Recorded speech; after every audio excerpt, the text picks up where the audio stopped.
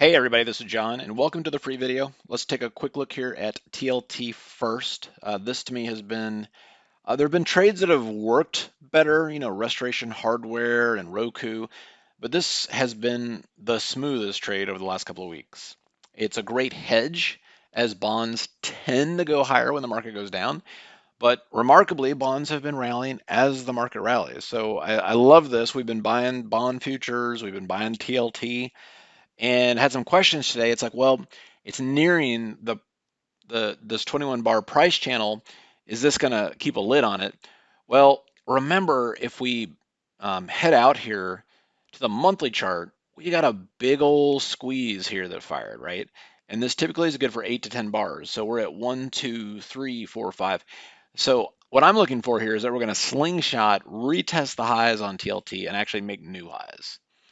So this continue. It's just someone has asked me today, well, what's your favorite trade right now? That still is my favorite trade, and that one's been pretty fun.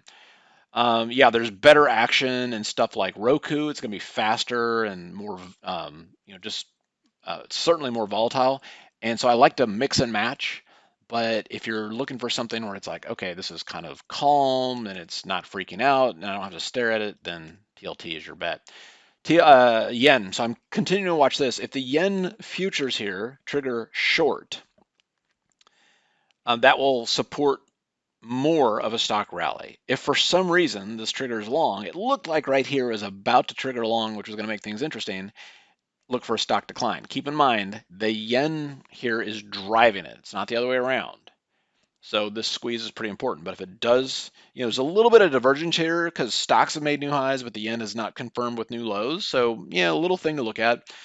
Also, of course, stocks are fairly extended here, but we don't want to fight that too much. I mean, the markets are going to do what the markets are going to do. But this is something where, again, if you're trying to figure out, like, okay, which way the market's going to go next, watch this chart. It'll tell you. And then from there, of course, this week we've got a lot of expiration. It's a short week, 3.5 trading days, a lot of expiration stuff. So I'm looking at things like Beyond Meat, high implied volatility, $80 max pain.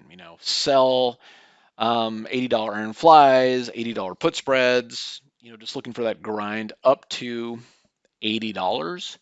Microsoft, looking for it to stay above 150, so selling any put spreads, anything like that.